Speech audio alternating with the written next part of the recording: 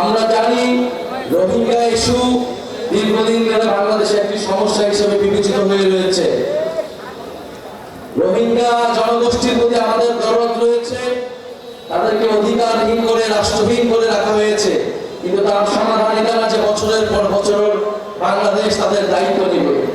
রোহিঙ্গাদের দায়িত্ব নিতে গিয়ে আমাদের কক্সবাজারের মানুষের প্রতি আমরা বেইনসাফি করছি কিনা সেদিকেও আমাদের খেয়াল রাখতে হবে।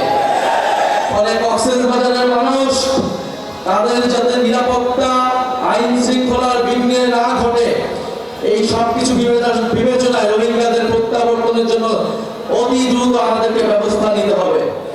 আমরা অন্তর্বর্তী সরকারের প্রতি আহ্বান জানাবো, ডক্টর ইউনূসের প্রতি আহ্বান জানাবো এবং পুরো বিশ্ব বিবেকের প্রতি আহ্বান জানাবো, আপনারা রোহিঙ্গা ইস্যুর দ্রুত সমাধান করুন। রোহিঙ্গাদের তাদের যেটা দেশ, তাদের যে রাষ্ট্র, সেইখানে তাদেরকে সম্মানের সহিত অধিকারের সহিত পৌঁছানোর ব্যবস্থা করুন। প্রিয় সংগ্রামী বন্ধুগণ,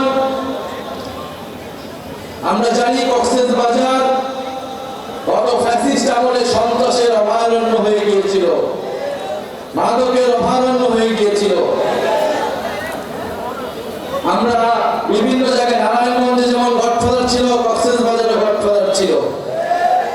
শেখ হাসিনার গডফাদার, তার আন্ডারে এরকম ছোট ছোট গডফাদার পুরো বাংলাদেশ জুড়ে ছিল। আমরা সেই গডফাদার তন্ত্র ব্যবস্থার বিলোপ ঘটিয়েছি। আমরা কোনো নতুন কোন গডফাদারের আবির্ভাব হতে দিব না। কক্সবাজারে কোনো নতুন কোন গডফাদারকে আপনারা মেনে নেবেন না, তার বিরুদ্ধে প্রতিরোধ তৈরি করুন।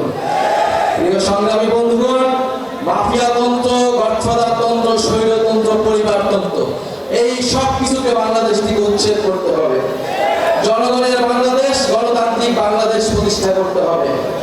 প্রিয় সংগ্রামী কক্সবাজারবাসী, এই কক্সবাজারে আমরা জানি জুলাই গণঅভ্যুত্থানের সময় লড়াই হয়েছিল, আন্দোলন হয়েছিল। আপনাদের মাটির সন্তানেরা জীবন দিয়েছেন, শহীদ হয়েছে। আরো একজন শহীদের কথা বলতে চাই, যিনি রোহিঙ্গা কমিউনিটির হয়েও এই গণঅভ্যুত্থানে শহীদ হয়েছিলেন, শহীদ নূর মোস্তফা। আমরা চাই অবিলম্বে তাকে গ্যাজেটভুক্ত করা হোক। প্রিয় সংগ্রামী বন্ধুগণ, আমরা কক্সবাজারকে দেখি সম্ভাবনার জায়গা হিসেবে। হাসনাত আব্দুল্লাহ বলেছেন, বাংলাদেশের ভবিষ্যৎ, বাংলাদেশের সম্ভাবনা হচ্ছে এই বঙ্গোপসাগরে। আমাদেরকে সমুদ্র শক্তি, নৌ শক্তিতে শক্তিশালী হতে হবে। ফলে তার জন্য